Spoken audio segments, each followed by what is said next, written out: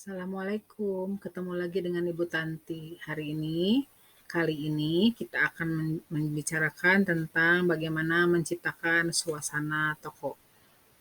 Ini merupakan bagian dari merencanakan tampilan produk. Nah, store atmosfer bisa didefinisikan menurut beberapa ahli. Yang pertama ada Levy dan Waits. Atmosfer adalah mendesain suatu lingkungan melalui komunikasi visual, pencahayaan, warna, musik, dan penciuman untuk merangsang persepsi dan emosi dari pelanggan dan pada akhirnya untuk mempengaruhi perilaku pembelanjaan mereka. Menurut Berman dan Evans, untuk toko yang merupakan basic retailer atau eceran, suasana lingkungan toko itu berpengaruh berdasarkan karakteristik fisik yang biasanya digunakan untuk membangun kesan dan menarik pelanggan. Menurut Sutisna, store atmosfer adalah penataan ruang dalam, in-store, dan ruang luar, out-store, yang dapat menciptakan kenyamanan bagi pelanggan. Menurut Mowen, atmosfer merupakan salah satu komponen dari citra toko. Di dalamnya terdapat kombinasi antara produk yang dijual, pelayanan, pelanggan, toko, sebagai tempat untuk menikmati kesenangan hidup dan aktivitas promosi toko. Tujuan store atmosfer: 1. Penampilan eceran toko membantu menentukan citra toko dan memposisikan eceran toko dalam benak konsumen.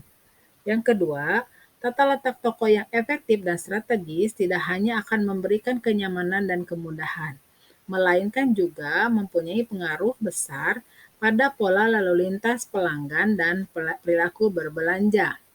Faktor-faktor yang berpengaruh dalam menciptakan suasana toko, yang pertama adalah jenis karyawan, yaitu karakteristik umum dari karyawan yang mereka miliki.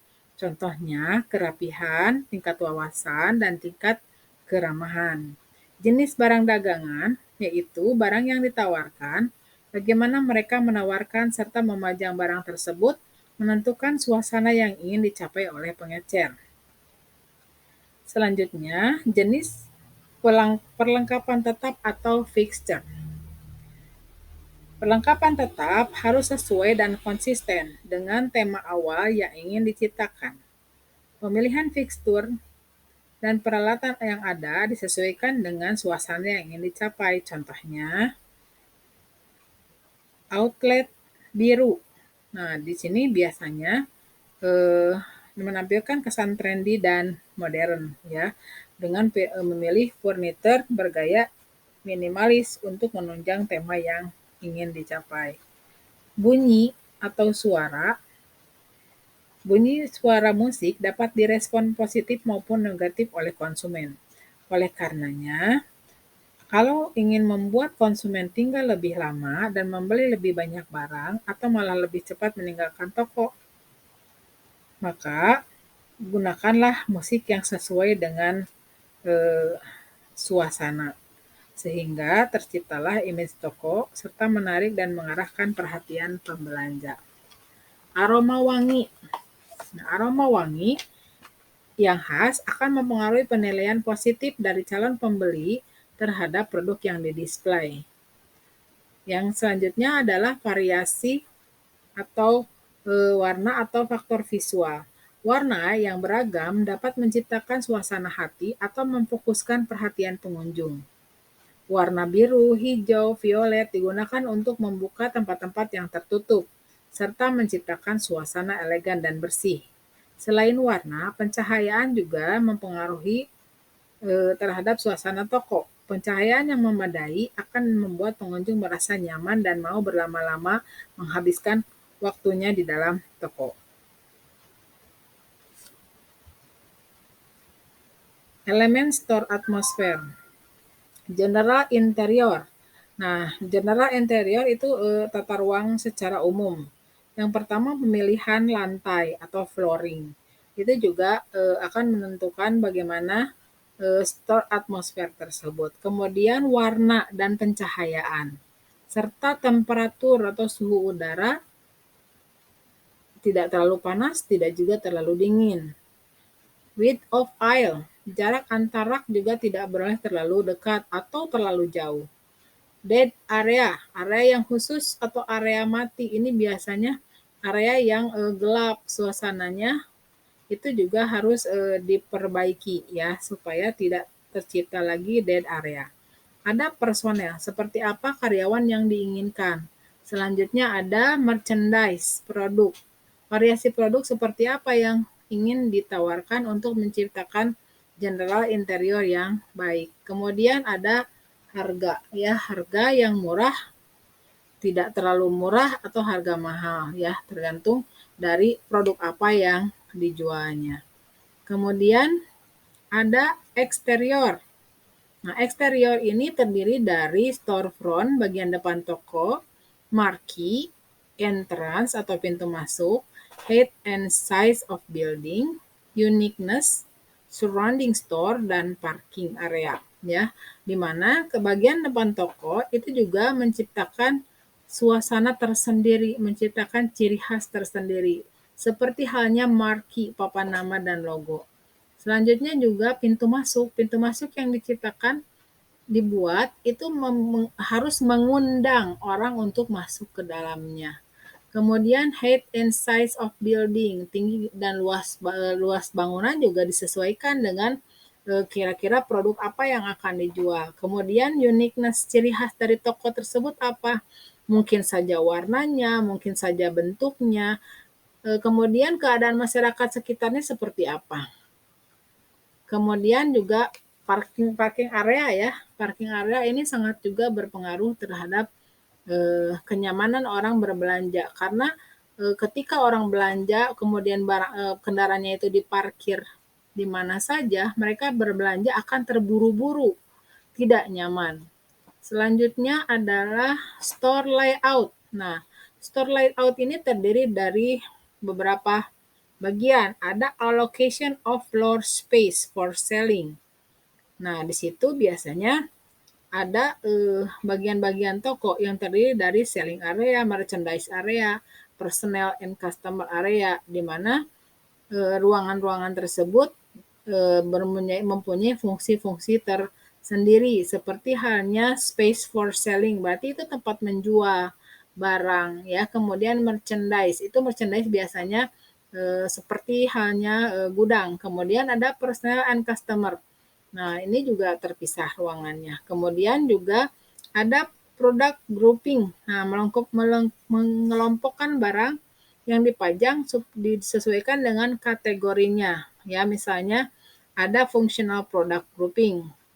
Pengelompokan produk berdasarkan fungsionalnya. Kemudian juga ada traffic flow, pola dari arus lalu lintas yang akan digunakan. Selanjutnya ada yang keempat,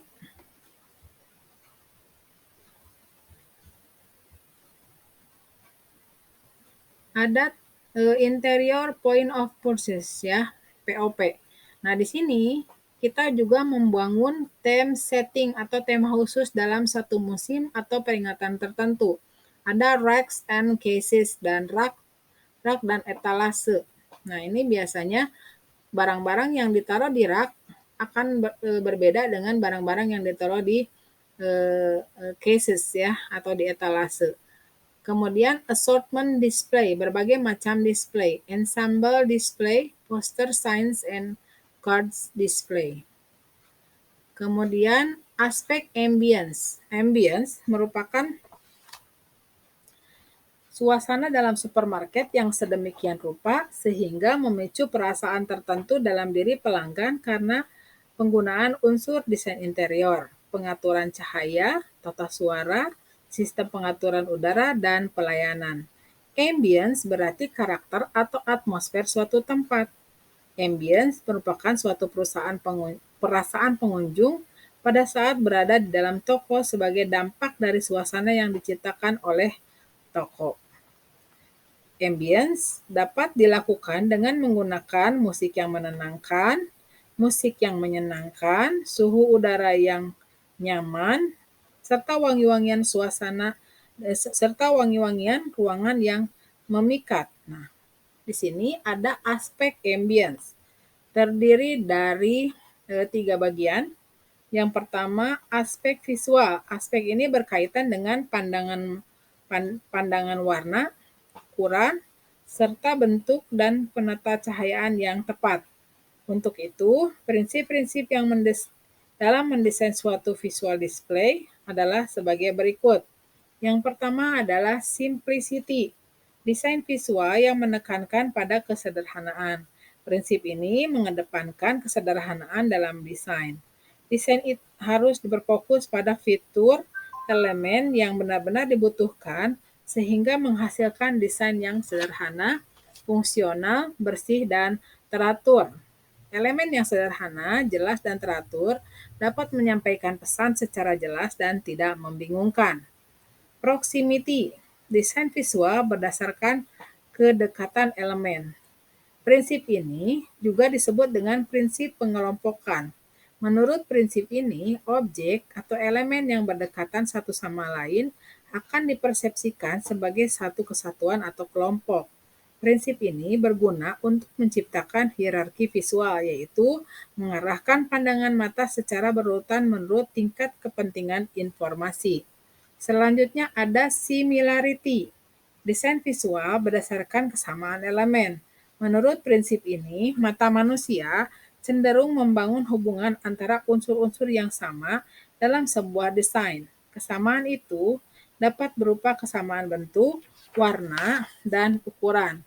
Simetri, prinsip ini menegaskan bahwa setiap elemen desain harus seimbang satu dengan yang lain dalam kelompok yang sama. Objek yang simetris memberikan perasaan berimbang dan harmoni kepada mata. Komposisi adalah fokus utama prinsip ini. Sederhananya, komposisi tidak boleh memberikan rasa gangguan atau ketidakseimbangan. Continuity, desain visual berdasarkan kesinambungan pola.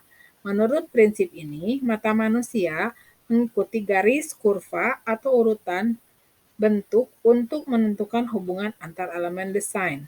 Prinsip continuity terjadi ketika mata dipaksa untuk bergerak melalui satu objek dan terus ke objek lain. Hubungan satu display dengan yang lain harus saling berkelanjutan agar menciptakan suatu kesatuan. Aspek tactile. Aspek ini berkaitan dengan sentuhan tangan atau kaki dan mata yang membuat pelanggan ingin merasakannya. Aspek tactile dapat diwujudkan dalam permukaan empuk, lembut, kasar, atau udara yang sejuk atau dingin. Contoh, tembok yang dibuat kasar tetapi ditata secara